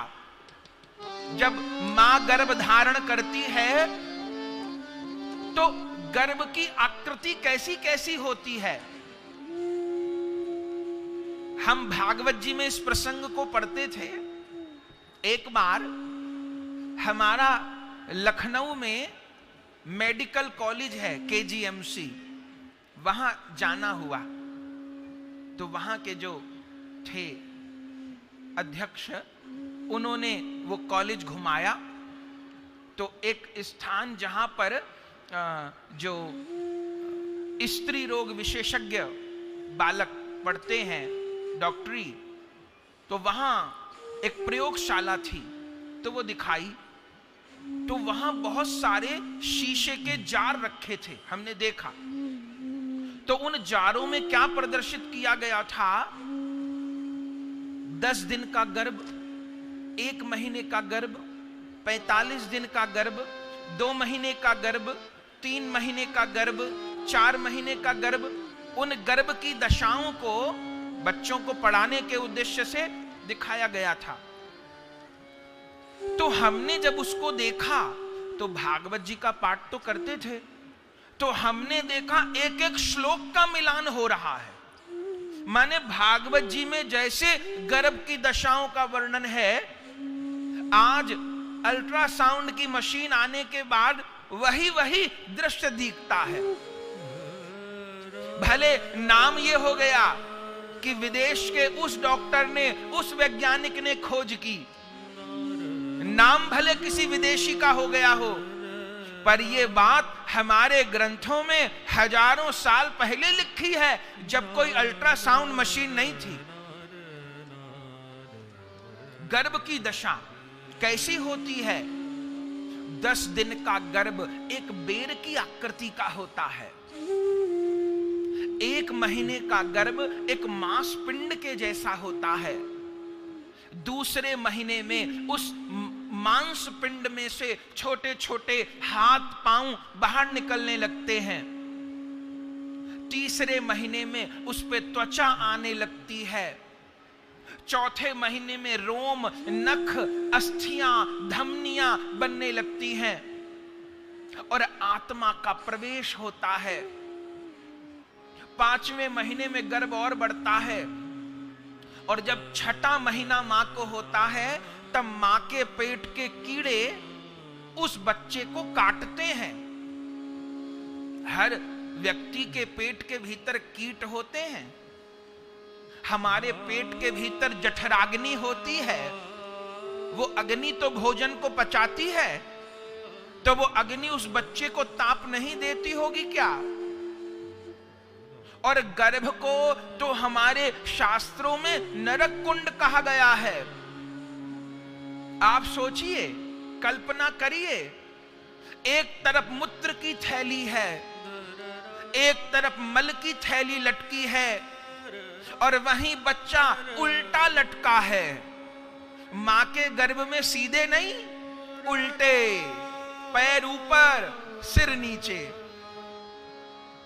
बच्चे को बहुत कष्ट होता है जब मां के पेट के कीट उस जीव को काटते हैं। और कहीं मां का मन कर गया मैं कुछ चटपटा खाऊं, मैं कुछ गर्म चीज खाऊं, तो मां ने मिर्च खाई तो उस बच्चे के शरीर में आग लग जाती है, वो तड़प जाता है। मां कोई तीखा खा लेती है, गरम खा लेती है, तो बच्चे को तकलीफ होती है और उस समय वो जीव तड़पता है। 7वें महीने में प्रभु उस जीव को ज्ञान करवाते हैं। हमारे सदग्रंथ कहते हैं, क्या ज्ञान करवाते हैं? कि तू पिछले जन्म में कौन था, उससे पिछले में कौन था, उससे पिछले में कौन था। और जब उसको भान होता है तब वो 7 महीने की अवस्था में उल्टा लटका हुआ जीव प्रभु से क्षमा मांगता है। हे नाथ, मुझे क्षमा कर दीजिए, मेरे से बहुत अपराध हो गए, मुझ पर आपने बार बार भरोसा किया पर मैं आपका भजन नहीं कर सकता। हे प्रभु, अब की बार मुझे बचा लीजिए, मुझको बाहर कर दीजिए, जन्म करा दीजिए, मैं वचन देता हूं आपका भजन करूंगा। ये आखिरी जन्म होगा, मैं भजन करके अपना उद्धार कर लूंगा, प्रभु मुझ पर कृपा करिए। प्रभु कहते नहीं नहीं, तू बहुत झूठा है, मक्कार है, बार बार धोखा देता है मुझे, अब यहीं लटका रहे, नहीं निकालूंगा तुझको। पर वो जीव रोता है, प्रभु को दया आ जाती है। तब कहीं 8वें महीने में, 9वें महीने में, 10वें महीने में बालक का जन्म होता है। जन्म होते ही बालक रोता है। कबीर बाबा कहते हैं, जब हम जग में आए थे जगत हंसा हम रोए, पे अब ऐसी करनी कर चलो हम तो हंसे जग रोए। बालक रोता है, और यदि बालक जन्म लेके न रोए तो डॉक्टर कहते हैं बच्चा स्वस्थ नहीं है, रोया नहीं। रोना जरूरी है, ये संसार का नियम है। सब घर के लोग बधाई करते हैं, खुशी मनाते हैं। कोई कहता अरे मेरे घर बेटे का जन्म हुआ है, कोई कहता अरे मेरे घर भतीजा हुआ है, कोई कहता है मेरे घर भांजा हुआ है, कोई कहता मेरा नाती है, कोई कहता मेरे घर पोता हुआ है, कोई कहता मेरे घर भाई का जन्म हुआ है। वो जीव कहता है, यहां सब मुझसे कहते हैं तू मेरा है, तू मेरा है, मैं किसका हूं, ये झगड़ा तुम चुका दोगे तो क्या होगा। दशा मुझ दीन की भगवन बना दोगे तो क्या होगा, मुझे चरणों की सेवा में लगा लोगे तो क्या होगा। यहां सब मुझसे कहते हैं कि ये मेरा है, ये मेरा है, ये मेरा है। वो बच्चा रोता है, कोई ये क्यों नहीं कहता मेरे घर प्रभु के दास ने जन्म लिया है, ये नहीं कहता मेरे घर किसी कृष्ण दास ने जन्म लिया है, गौर दास ने जन्म लिया है, रामदास ने जन्म लिया है, ये कोई नहीं कहता। धीरे धीरे बच्चा बड़ा होता है, लेकिन उसको भक्ति की बात तो कोई नहीं बताता। बच्चा 4-5 वर्ष का हुआ, कोई आके महात्मा कहें अरे भैया ये छोटे बालक हैं, संस्कार देने का यही समय है, बच्चों को भजन की शिक्षा दो। जैसे और चीज के लिए समझाते हो, पढ़ने के लिए कहते हैं, खाने के लिए कहते हैं, सोने के लिए कहते हैं, 4-5 बरस का बच्चा है, कोई बात नहीं, उसको कहो ना कि बेटा एक माला तो जरूर करनी है, हमारे साथ बैठो, हरे कृष्ण कृष्ण कृष्ण हरे हरे, हरे राम राम राम हरे हरे, हरे कृष्ण कृष्ण कृष्ण हरे हरे, हरे राम राम राम हरे हरे। बच्चे से कहिए ना, बेटा प्रतिदिन हनुमान चालीसा का पाठ करना है, कम से कम गीता जी का एक श्लोक तो पढ़ना है, या रामचरितमानस जी का 1-2 हाथ 4 चौपाई तो पढ़नी है। बच्चे को सिखाइए। पर उस समय कहा, माँ बाप ने कहा, अरे ये 5-7 साल के बच्चे, कोई भजन करने की उम्र है, नहीं नहीं, खेलने दो, खेलने दो, चलो खेलने दो। खेल लिए और बड़े हो गए, 12-15 बरस के हो गए। फिर कोई महात्मा आए, कहा भाई अब तो बच्चे सियाने हो गए, इनको संस्कार दीजिए। मां के पेट में बच्चे का शरीर बनता है, 5 बरस की आयु से 15 बरस की आयु तक बच्चे का मन बनता है। हम अपने बच्चों को ध्रुव प्रहलाद बना सकते हैं। माओं पर बहुत बड़ा दायित्व है। यहां माओं की संख्या तो खूब है। आप सबसे हाथ जोड़ के कहिए, अपने बच्चों को भक्ति के संस्कार दीजिए, पोता पोती को भक्ति के संस्कार दीजिए। हम लोग अगर संतान को नहीं संभाल पाए तो कुछ नहीं संभलेगा। केवल धन से बात पूरी नहीं होगी अगर संस्कार नहीं रह गए। अपने बालक को ध्रुव प्रहलाद बनाना है, महाराणा प्रताप बनाना है। कै तो जननी भक्त जन, कै दाता कै सूर, अन्ना तो जननी बांझ रह, काहे गवावे नूर। अगर भक्त को जन्म नहीं दिए, दानी को जन्म नहीं दिए, देशभक्त को जन्म नहीं दिए, तो फिर पशु में और हम में भेद नहीं रह गया। जन्म तो बालकों को पशु भी देते हैं, बहुत बालकों को जन्म देते हैं वो। 7, 8, 10, 12 बरस के हुए, अब तो पढ़ने लिखने की उम्र है। ये भजन कीर्तन की बात छोड़ो करी जाएगी। अरे भैया ठीक है, पढ़ने लिखने की उम्र है, मोबाइल में तो बच्चे कितना समय बिगाड़ते हैं, उनसे पाठ करवाइए, जप करवाइए, सत्संग सुनवाइए, खुद घर में बैठ के सत्संग करिए, रामायण खोल के पाठ करिए, भागवत जी पाठ करिए, बच्चों को बिठाइए। नहीं, ये तो पढ़ने लिखने की उम्र है। और बच्चे बड़े हो गए, 20-22 साल के हो गए, भैया अब तो जवान हो रहे हैं बच्चे, इनको सिखाइए।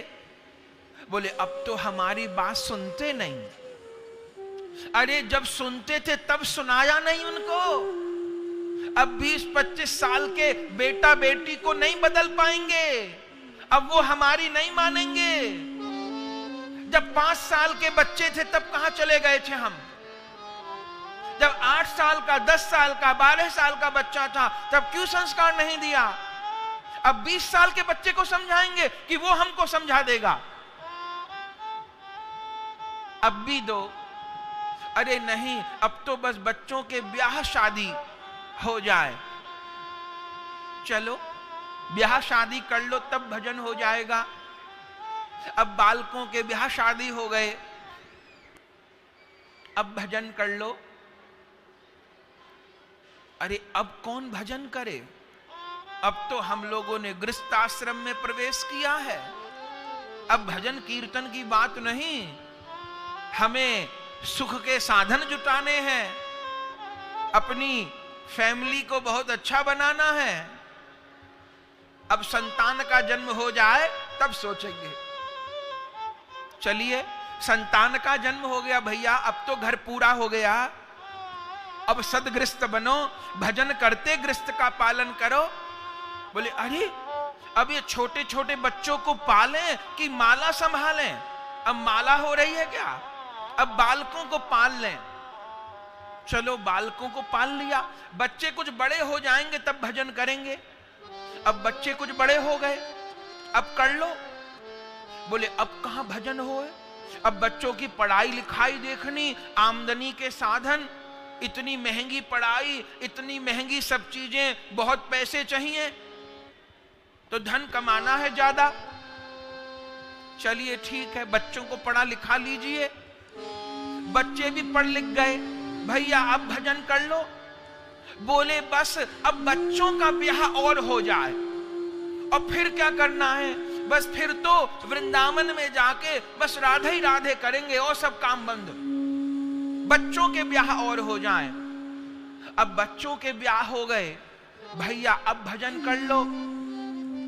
बोले बस एक तो बेटे के घर बेटा हो जाए और एक बेटी के घर बेटा हो जाए, एक तो नाती का मुंह देख लें और पोते का मुंह देख लें तब भजन करेंगे। अब नाती पोता भी हो गए, अब भजन कर लो। बोले क्या करें, बेटा भी नौकरी करता है, बहू भी नौकरी करती है, अब वो तो चले जाते हैं ऑफिस, अब पीछे छोटे छोटे बच्चों को संभाले कौन, तो हम ही पालते हैं उनको। तो पोता पोती बड़े हो जाएं तब भजन करेंगे। अब पोता पोती भी बड़े हो गए, अब भजन कर लो। अब तो किसी को तुम्हारी जरूरत नहीं रही। बोले अब भजन कैसे करें, अब कथा में जाना चाहें तो घुटना काम नहीं करें, चला नहीं जाए, सबसे पहले बैठने को कुर्सी चाहिए, और चलो कोई ले भी गया तो कान से पूरा सुनाई नहीं पड़े। अब कीर्तन करना चाहें तो गले में कफ अटका रहे, आवाज निकले नहीं, राम राम नहीं निकले, घर घर निकले। अब क्या करें, बोले अब तो बहुत दुर्गति हो गई, अब घर वाले भी कहते हैं जाने कब तक रहेंगे, कब मरेंगे पता नहीं, और अब तो बहुत दुर्गति हो गई शरीर की। लेकिन इतनी वृद्धावस्था में भी भजन में रुचि नहीं। एक बूढ़े बुजुर्ग तो दरवाजे पर बैठे थे, रो रहे थे। ग्रंथ में कथा है, नारद जी पहुंचे, बोले बाबा क्यों रो रहे हो। बोले घर में कोई इज्जत नहीं, कभी कुछ बेटा कह के जाता है, कभी बहू कह के जाती है, कभी पोता पोती कुछ कह देते हैं, तो चलो हम तुम्हें कहीं ले जाएं आश्रम में, पूज्य बाबा बालजी महाराज का आश्रम, वहां राम राम करना, कृष्ण कृष्ण करना, प्रसाद मिल जाएगा, कथा सुनना, चलो। तो वो बुजुर्ग क्या बोले, अरे क्यों चला जाऊं, अरे अपने घर के दरवाजे पे बैठा कम से कम चौकीदारी तो कर रहा हूं, कोई और आता नहीं, चौकीदारी कर रहा हूं बैठ करके। अरे ऐसी भी कथा पुराणों में है, उस बुजुर्ग का शरीर छूट गया, और शरीर छूटने के बाद में वो कुत्ता बना अगले जन्म में, क्योंकि उस दरवाजे का चिंतन करते शरीर छूटा। फिर नारद जी आए, अब तो चलो, अब क्या बाकी रह गया। उस कुत्ते के रूप में उस व्यक्ति ने कहा, अरे हमें नहीं जाना बैकुंठ। बोले अरे तुम्हारे बच्चे तो तुमको लाठी डंडे से मारते हैं, तुम कुत्ते बने हुए हो यहां। बोले कोई बात नहीं, मेरे ही तो बच्चे हैं, लाठी डंडा मार देते हैं, कोई बात नहीं, रोटी तो दे ही देते हैं खाने पीने को, कम से कम घर की चौकीदारी तो कर रहा हूं। ऐसा मोह, वह भजन की सुधि नहीं आए। ये सब बातें कौन कह रहे हैं, ये सब बातें सुखदेव जी अपने पिताजी को कह रहे हैं। पिताजी गर्भ से बाहर आते ही माया है, मायापति ध्यान नहीं रहे, माया ध्यान रहे तो मैं बाहर नहीं आऊंगा। अरे तो कब तक बैठे रहोगे, कोई बात नहीं, मैं मां के पेट में बैठ के ही भजन करूंगा। नहीं आए, कितने साल हो गए, 12 बरस हो गए। एक दिन नारद जी आए वेद व्यास जी के यहां, देखे वेद व्यास जी उदास हैं, क्या बात है, वेद व्यास जी ने कहा, गुरुदेव आपकी कृपा से भागवत जी तो प्रकट हो गई, लेकिन अब मैं भागवत रूपी धन प्रदान किसको करूं? बिटिका देवी के गर्भ में ये सुखदेव आके बैठे हैं, मुझे बड़ी प्रसन्नता हुई, इनको मैं भागवत पढ़ाऊंगा, लेकिन ये तो बाहर नहीं आते, पेट में ही रहते हैं, कैसे बात बनेगी? नारद जी ने कहा, हम कहते हैं। नारद जी ने भी सुखदेव जी को कहा, सुखदेव जी हम नारद बाहर आ जाओ, मैया के पेट में थोड़ो रहते हैं, बाहर आ जाओ। सुखदेव जी ने कहा, हम नहीं आएंगे। अरे हम कह रहे हैं आ जाओ। सुखदेव जी ने कहा, नहीं, बाहर आने से माया लग जाती है। नारद जी कह रहे हैं कि अरे हम कह रहे हैं तुमको माया नहीं लगेगी। सुखदेव जी ने थोड़ी हंसी की। नारद जी से कहा, आपकी तो बिल्कुल नहीं मानेंगे हम। बोले क्यों? बोले माया तो आपको भी एक बार लग चुकी है, आप भी और विश्व मोहिनी के चक्कर में एक बार पागल हो चुके, हम नहीं मानेंगे आपकी बात। नारद जी ने कहा, तो किसकी मानोगे? बोले अगर मायापति आकर कह दें कि तुझको माया नहीं लगेगी तब मानेंगे। तो नारद जी ने कहा, ठीक है, मायापति भी दूर नहीं है। तब वेद व्यास जी, नारद जी भगवान द्वारिकाधीश का स्मरण किए, और उस समय स्वयं द्वारिकाधीश भगवान श्री बद्री भगवान प्रकट हुए व्यास जी की गुफा पे, और वचन दिया, हे सुखदेव जी आप प्रकट होइए, आपको माया नहीं लगेगी, आपको आसक्ति नहीं होगी, आप निरंतर भगवत प्रेम में ही डूबे रहेंगे। और जैसे भगवान ने वचन दिया, उसी समय 12 वर्ष गर्भ में रही, आश्वासन प्रभु से पाए, तुम्हें न व्यापे माया कबहू, ये सुन के बाहर आए, है गए जात कर्म ते पहले वन प्रस्थानी। जब भगवान वचन दिए, उस समय श्री सुखदेव जी महाराज कौन दिन प्रकट हुए आप जानते हैं? वैशाख कृष्ण अमावस्या को। वैशाख कृष्ण अमावस्या को श्री सुखदेव जी अपनी मैया के गर्भ से जन्म लिए। देवताओं ने फूल बरसाए, जय जयकार की। कहिए सुखदेव जी महाराज की जय हो, सुखदेव जी महाराज की जय हो, वेद व्यास जी महाराज जय हो। सुखदेव जी प्रकट भये, देवताओं ने बधाई गाई। 2-4 मिनट आप भी गाइए, फिर आगे चलेंगे। देवता लोग बधाई गा रहे हैं, ऋषि मुनि बधाई गा रहे हैं। धन धन भाग हमारे आज सुखदेव पधारे, धन धन भाग हमारे आज सुखदेव पधारे। धन धन भाग हमारे आज सुखदेव पधारे। धन धन भाग हमारे आज सुखदेव पधारे। श्री जी के पालित लालित शुक, श्री जी के पालित लालित सुख, श्री जी के पालित लालित शुक, श्री जी के पालित लालित सुख। मोहन प्राणन प्यारे आज सुखदेव पधारे। मोहन प्राणन प्यारे आज सुखदेव पधारे। धन धन भाग हमारे आज सुखदेव पधारे। धन धन भाग हमारे आज सुखदेव पधारे। कुंज भवन में करत कीर्तन, कुंज भवन में करत कीर्तन, कुंज भवन में करत कीर्तन, कुंज भवन में करत कीर्तन।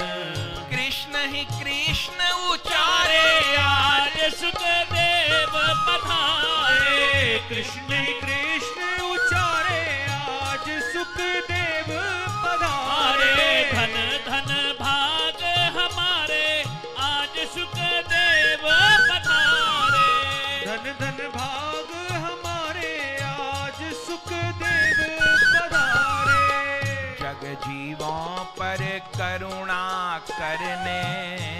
जीवों पर करुणा करने, जग जीवों पर करुणा करने, जग जीवों पर करुणा करने, कृष्ण कथा प्रीति सो भरने, कृष्ण कथा प्रीति सो भरने, श्री जी की आज्ञा को धारे आज सुखदेव पधारे, बधाई है।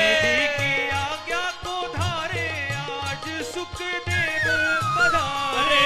धन धन भाग हमारे आज सुखदेव पधारे, धन धन भाग हमारे आज सुखदेव पधारे। सारे जग में बाजी बधाई, सारे जग में बाजी बधाई, सारे जग में बाजी बधाई, सारे जग में बाजी बधाई, नभ से देव सुमन बरसाई, नभ से देव सुमन बरसाई, गौरदास बलिहारे आज सुखदेव पधारे, श्री गौरदास बलिहारे आज सुखदेव पधारे। श्री गौरदास बलिहारे आज सुखदेव पधारे, श्री गौरदास